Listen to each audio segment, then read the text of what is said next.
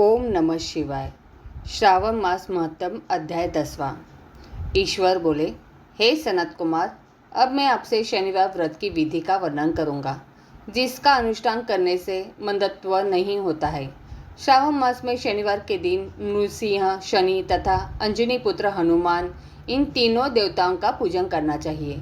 दीवार पर अथवा स्तंभ पर नृसिंह की सुंदर प्रतिमा बनाकर हल्दी युक्त चंदन से और नीले, लाल तथा पीले सुंदर पुष्पों से लक्ष्मी सहित जगतपति नृसिंह का भली भांति पूजन करके उन्हें खिचड़ी का नैवेद्य तथा कुंजर नामक शाक का भोग अर्पण करना चाहिए। उसी को स्वयं भी खाना चाहिए और ब्राह्मणों को भी खिलाना चाहिए। तेल का तथा घृत स्नान भगवान नृसिंह को प्रिय है। शनिवार के दिन तिल सभी कार्यों के लिए प्रशस्त है। शनिवार के दिन तिल के तेल से ब्राह्मणों तथा सुवासिनी स्त्रियों को उपटन लगाना चाहिए तथा कुटुंब सहित स्वयं भी संपूर्ण शरीर में तेल लगाकर स्नान करना चाहिए तथा उड़द का भोजन ग्रहण करना चाहिए। इसे भगवान नृसिंह प्रसन्न होते हैं। इस प्रकार श्रावण मास में चारों शनिवार में इस व्रत को करना चाहिए।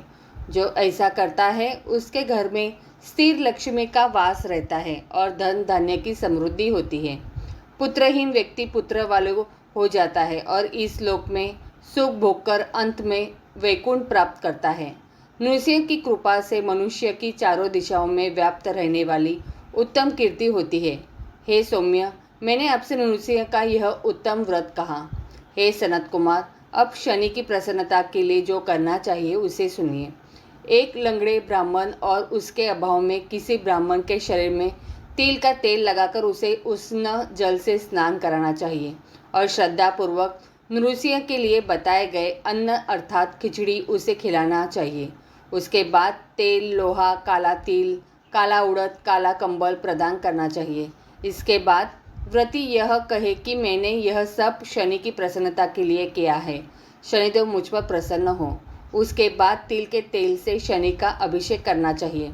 उनके पूजन में तिल तथा उड़द के अक्षत प्रशस्त माने गए हैं। हे मुने, अब मैं शनि का ध्यान बताऊंगा, आप ध्यानपूर्वक सुनिए।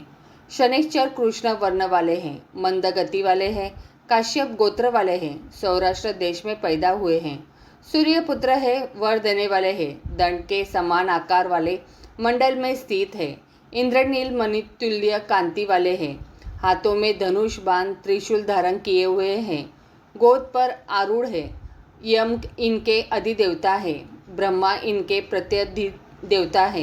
ये कस्तूरी अगुरु का गंध तथा गुगुल का धूप ग्रहण करते हैं। इन्हें खिचड़ी प्रिय है। इस प्रकार ध्यान की विधि कही गई है। इनके पूजन के लिए लोहमयी सुंदर प्रतिमा बनानी चाहिए। हे द्विज श्रेष्ठ, इनके निमित्त की गई पूजा में कृष्ण अर्थात काली वस्तु का दान करना चाहिए। ब्राह्मण को काले रंग के 2 वस्त्र देने चाहिए और काले बछड़े सहित काली गौ प्रदान करनी चाहिए। विधि पूर्वक पूजा करके इस प्रकार प्रार्थना तथा स्तुति करनी चाहिए। आराधना से संतुष्ट होकर जिन्होंने नष्ट राज्य वाले राजा नील को उनका महान राज्य पुनः प्रदान कर दिया, वे शनिदेव मुझ पर प्रसन्न हों। नील अंजन के समान वर्ण वाले, मंद गति से चलने वाले और छाया देवी तथा सूर्य से उत्पन्न होने वाले उन शनिश्चर को मैं नमस्कार करता हूँ। मंडल के कोण में स्थित आपको नमस्कार है। पिंगल नाम वाले आप शनि को नमस्कार है।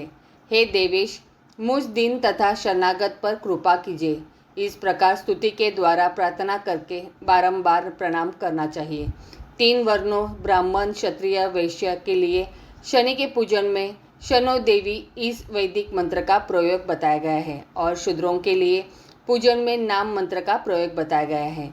जो व्यक्ति दत्तचित्त होकर इस विधि से शनिदेव का पूजन करेगा, उसे स्वप्न में भी शनि का भय नहीं होगा। हे विप्र, जो मनुष्य श्रावण मास में प्रत्येक शनिवार के दिन भक्तिपूर्वक इस विधि से इस व्रत को करेंगे, उन्हें शनिश्चर के द्वारा लेश मात्र भी कष्ट नहीं होगा। जन्म राशि से पहले दूसरे, चौथे, 5वें, 7वें, 8वें, 9वें अथवा 12वें स्थान में स्थित शनि सदा कष्ट पहुंचाता है। शनि की शांति के लिए क्षमाग्नि इस मंत्र का जप करना बताया गया है। उसकी प्रसन्नता के लिए इंद्र नीलमणि का दान करना चाहिए। हे सनत कुमार, इसके बाद अब मैं हनुमान जी का प्रसन्नता के लिए विधि का वर्णन करूँगा। हनुमान जी की प्रसन्नता के लिए श्रावण मास में शनिवार को रुद्र मंत्र के द्वारा तेल से उनका अभिषेक करना चाहिए। तेल में मिश्रित सिंदूर का लेप उन्हें समर्पित करना चाहिए।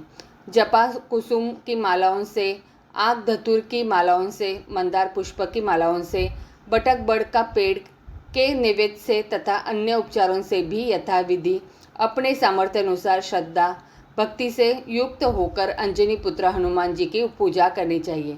इसके बाद बुद्धिमान को चाहिए कि हनुमान जी की प्रसन्नता के लिए उनके 12 नामों का जप करे। हनुमान, अंजनी सूत, वायुपुत्र, महाबल, रामेष्ट, फाल्गुन राका, पिंगाश, अमित विक्रम, उदम धिक्रमन, सीता शोक विनाशक, लक्ष्मण प्राणदाता और दशक ग्रीवत परहा, ये 12 नाम हैं। जो मनुष्य प्रातःकाल उठकर इन 12 नामों को पढ़ता है उसका अमंगल नहीं होता है और उसे सभी संपदा सुलभ प्राप्त हो जाती है। इस प्रकार श्रावण मास में शनिवार के दिन वायुपुत्र हनुमान जी की आराधना करके मनुष्य व्रज तुल्य शरीर वाला, निरोग तथा बलवान हो जाता है। अंजनी पुत्र की कृपा से वह कार्य करके में वेगवान तथा बुद्धि वैभव से युक्त हो जाता है। उसके बाद शत्रु नष्ट हो जाते हैं, मित्रों की वृद्धि होती है, यह वीर्यशाली तथा कीर्तिमान हो जाता है। यदि साधक हनुमान जी के मंदिर हनुमान कवच का पाठ करे तो वह अनिमा आदि 8 सिद्धियों का स्वामित्व प्राप्त कर लेता है और यक्ष, राक्षस तथा वेताल उसे देखते ही कंपित तथा भयभीत होकर वेगपूर्वक 10 दिशाओं में भाग जाते हैं। हे सत्तम, शनिवार के दिन पीपल के वृक्ष का आलिंगन तथा पूजन करना चाहिए। शनिवार को छोड़कर अन्य किसी दिन पीपल के वृक्ष का स्पर्श नहीं करना चाहिए। शनिवार के दिन उसका आलिंगन सभी संपदाओं को प्राप्त करवाने वाला होता है। प्रत्येक मास में 7 वारों में पीपल का पूजन फलदायक है, किंतु श्रावण में ही यह पूजन अधिक फलप्रद है। इस प्रकार श्री स्कंद पुराण के अंतर्गत ईश्वर सनत कुमार संवाद में श्रावण मास महात्म्य में शनैश्चर्य नृसिंह हनुमान पूजनादि शनैश्चर कृत्य कथन नामक 10वां अध्याय पूर्ण हुआ। तो बोलो प्रेम से हर हर महादेव।